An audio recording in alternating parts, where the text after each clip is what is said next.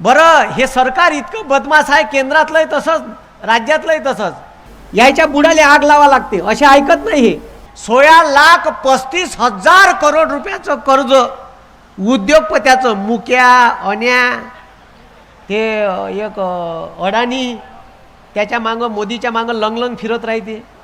ठीक आहे, त्याचं कर्ज माफ केलं, काही चोर उठून पळाले. हे सरकार इतकं मुर्दाड आहे का हे हाल्या हाल्या जागे येणार नाही. कारण आता माजून टर आहे.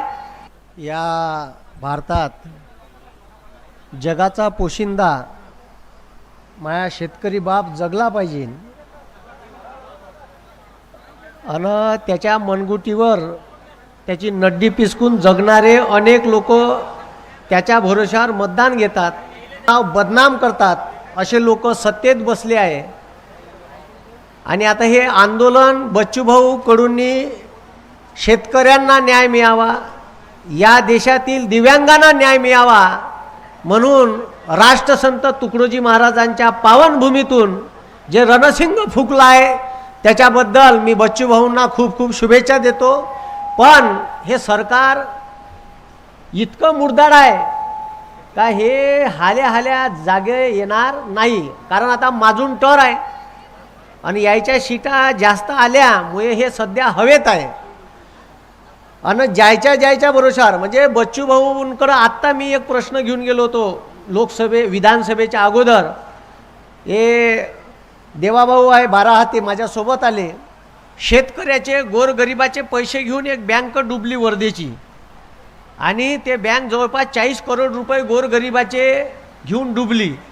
तर त्याचा प्रश्न घेऊन गेलो होतो. बच्चूभाऊनं लगेच वर्धेच्या SP कलेक्टरले फोन केला. सगळ्याच नेत्याले मी फोन करायला लावले. तर 6 महिन्यात त्या बँकवर जप्ती आणली, तिच्या बंद्या प्रॉपर्ट्या सील केल्या आणि आता त्याचे लिलाव लागणार आहे लगेच. आणि लिलाव लागून जे पैसे जमा होईल त्या सर्व पैशातून गोरगरिबाचे पैसे वापस भेटन.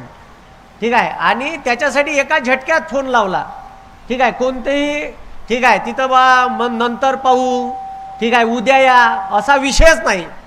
म्हणून या महाराष्ट्रामध्ये अपंगांना 1% आरक्षण असो का इथं दिव्यांगासाठी मंत्रालय असो, ह्या साऱ्या गोष्टी बच्चूभाऊंनी करायला लावल्या. आज शेतकऱ्यासाठी आजच नाही तर बच्चूभाऊ जेव्हा ठीक आहे या चळवळीशी जुळले तेव्हापासून त्यांनी शेतकऱ्यासोबत राहिले. आता तर हे सरकार इतकं बदमाश आहे का देवाभाऊनं इलेक्शनच्या प्रचार सभेत मोठी घोषणा केली होती का शेतकऱ्याची कर्जमाफी करू आम्ही सत्तेत आल्यावर.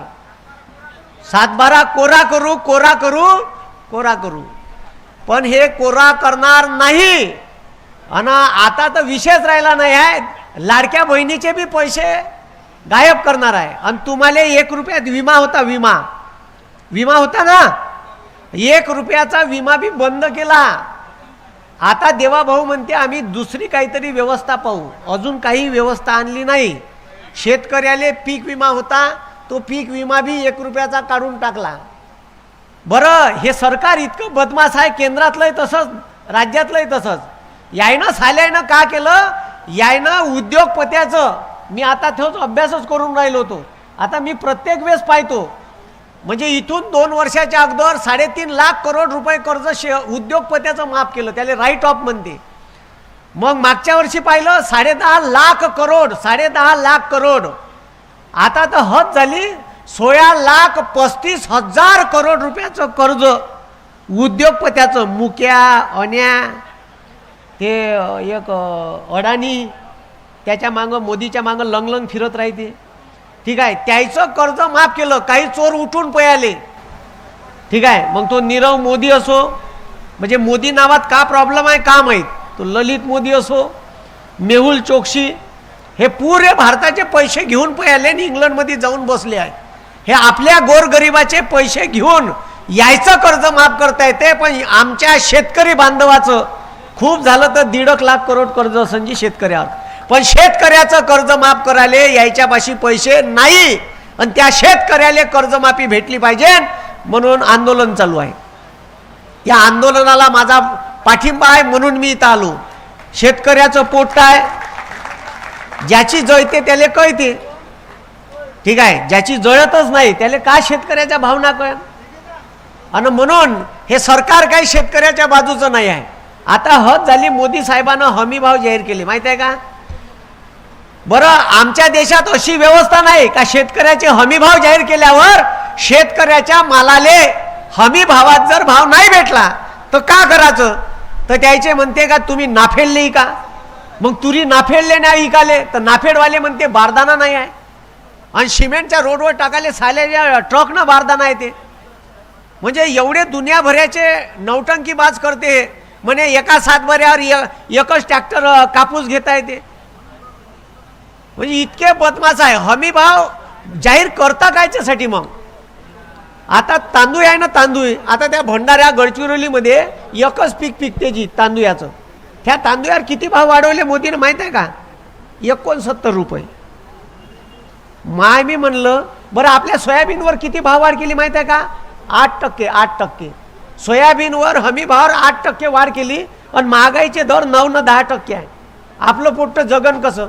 म्हणजे मागच्या वर्षीची चप्पल 100 रुपयाची भेटायची ती 110 रुपयाची भेटून राहिली. आणि हे भाव देऊन राहिलं 8%. आमच्या मालाले भाव हा कमीत कमी सोयाबीनले 10,000च्या वर पाहिजे. आणि कापसाले भाव जोपर्यंत आम्हाला 15,000 भेटत नाही तोपर्यंत आमचा मायबाप सुखी होणार नाही. आणि आम्हाला एवढा भाव दिला तर सालेव म्हणा तुमच्या डाटात बी कटोरं घेऊन फिरणार नाही. बरं, आता पुन्हा एक प्रश्न आहे. आम्ही डिमांड भरला आहे. जायले नवीन विहिरी भेटल्या, नवीन विहिरी खोदल्या, त्यानं डिमांड भरली आहे महावितरणकडं. बरं, डिमांड भरले तर 3-3 वर्षापासूनचे डिमांड भरले. त्याले अजिबात हे सरकार म्हणते आता तुम्हाला इलेक्ट्रिक लाईन भेटणार नाही, तुम्ही सोलर घ्या. अबे पण आम्हाला नाही घ्यायचं सोलर. तुम्ही जबरदस्ती कायले करून राहिले सोलर घ्यायची. आमच्या लोकायले सोलर नाही घ्यायचं आहे. आम्ही डिमांड इलेक्ट्रिक लाईनचं भरलं आहे, आम्हाला लाईन द्या. तर ते म्हणते जबरदस्तीनं सोलर घ्या. हे कोणती जबरदस्ती होय. म्हणजे शेतकऱ्यावरच जबरदस्ती, दुसरं कोणी यायला सापडत नाही. म्हणून हे जे शेतकऱ्याचे मुद्दे आहे, अनेक मुद्दे आहे. सगळ्यात पहिला मुद्दा आहे का आमची कर्जमाफी करा. आणि त्याच्यानंतर दुसरा मुद्दा आहे का आमच्या मालाले योग्य भाव द्या. हे जोपर्यंत देणार नाही, ठीक आहे, हे आपल्या मनगुटीवर असंच बसून राहील. शेतकऱ्याचं रक्त पिणारं सरकार आहे. आणि हे काही ठीक आहे ऐकायच्या मनस्थितीत नाही आहे, कारण याच्या शीता आरपार आल्या आहे. ठीक आहे, आणि आपण आपल्याच लोकांना निवडून दिलं आहे. आता कराव का आहे का नाही. मग आता बच्चू भाऊ सारखे लोक आंदोलन करते, माझ्यासारखा माणूस उभा राहते, ठीक आहे, आंदोलन करण. पण आंदोलनाले सर्वसामान्य शेतकऱ्याचा पाठिंबा भेटला पाहिजे. मी बच्चू भाऊच्या पाठीशी उभा आहे, तसं तुम्ही सर्वांनी बच्चू भाऊच्या पाठीशी उभं राहा. आणि बच्चू भाऊ तुम्ही काळजी करू नका, या महाराष्ट्रातली पूर्ण जनता तुमच्या पाठीशी आहे. आणि या सरकारले आपण कर्जमाफी केल्याशिवाय जाग्यावर आणू नाही. बच्चू भाऊ तुम आगे बढ़ो, बच्चू भाऊ तुम आगे बढ़ो. सारे लोक म्हणजे जेवढे भी नेते आहे हे साले खाते तर डकार बी देत नाही. म्हणजे इतके खतरनाक आहे. त्याले शेतकऱ्याशी काही लेणं देणं नाही. त्याले लगेच एखादी जागा सांगा सरकारची शहराच्या बाजूची, कशी तिथं डल्ला मारायचा. पण शेतकऱ्यासाठी काहीतरी केलं पाहिजे अशी व्यवस्था या विदर्भात नाही तयार केली. आणि म्हणून आमच्या विदर्भातला शेतकरी मागं आहे. आणि या शेतकऱ्याचं कुठंतरी भलं झालं पाहिजे, या शेतकऱ्याला न्याय भेटला पाहिजे. आमचा कांदा निघन तर भाव पडन, आमचं सोयाबीन मार्केट लिहीन. सोयाबीनचे हमी भाव 4,892 रुपये होते. आणि आम्ही मार्केटला न्याव तर सालं 4,500 आणि 4,000 सोयाबीन विचारायला तयार नाही. हां, आता हमी भाव या वर्षीचे लिहून आणले मी, ठीक आहे. आता तुरीवर 450 रुपये वाढवले फक्त. किती रुपये क्विंटल मागं 450. आणि आमची सोयाबीन तूर त्या भावातही जात नाही. जाते का.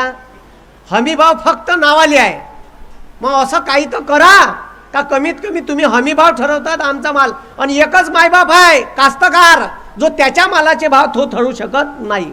साला ह्या टेबल बनवून हे माईकचं ढोबर जो बनवते त्याचे भाव तो ठरवते का ह्या 2000 लिकाचा का 5000 लिकाचा. पण आमच्या कास्तकारीचे भाव आमचे भाव आम्हाला ठरवता येत नाही. कोण ठरवून देते? पंतप्रधान ठरवून देते, कृषी मूल्य आयोग ठरवून देते. म्हणून या देशातल्या शेतकऱ्याच्या पाठीशी जो उभा राहील त्याच्या पाठीशी सर्वसामान्य लोकांना उभं राहिले पाहिजे. आणि म्हणून आता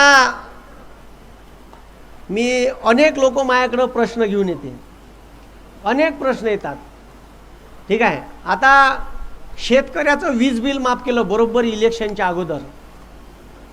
ठीक आहे, आता त्या वीज बिलाची थकीत एवढी होऊन राहिली का आता सरकार म्हणते हे बंद करून टाकू आपण, प्लॅनिंगमध्ये आहे. म्हणजे बरोबर इलेक्शनच्या टायमात शेतकऱ्याचं तेवढं बिल ठीक आहे माफ केलं. आणि आता जसं ठीक आहे अंगावर येऊन राहिलं रे बा, आता लाडक्या बहिणीचे बी गायब करणार आहे. लाडक्या बहिणीचे पैसे दिले आणि बंद करून टाकणे. ठीक आहे, भाचे लंगलंग फिरत आहे, त्याला नोकऱ्या नाही आहे. ठीक आहे, आणि जवाई वावरात स्प्रिंकलरचे पाईप उचलू हैराण आहे. आमच्या कास्तकाराले 24 तास लाईन पाहिजे. साले हे 3 दिवस दिवसान 3 दिवस रात्री देते. रात्री 2:30 वाजता वावरात स्प्रिंकलर पलटवाले जा. अरे जगाचा पोशिंदा आम्ही ढोरं डुकरं होय का? आम्ही माणसं आहे, कास्तकार आहे. कास्तकार आहे म्हणून त्याची काही व्हॅल्यूच नाही या देशात. तू साल्या रात्री 2:30 वाजता जा स्प्रिंकलरचे पाईप चण्यात पलटवाले. हां, मग आम्हाला 24 तास लाईन पाहिजे. तर लाईन कोणाले? उद्योगपत्याले आहे, कास्तकाराला लाईन नाही आहे.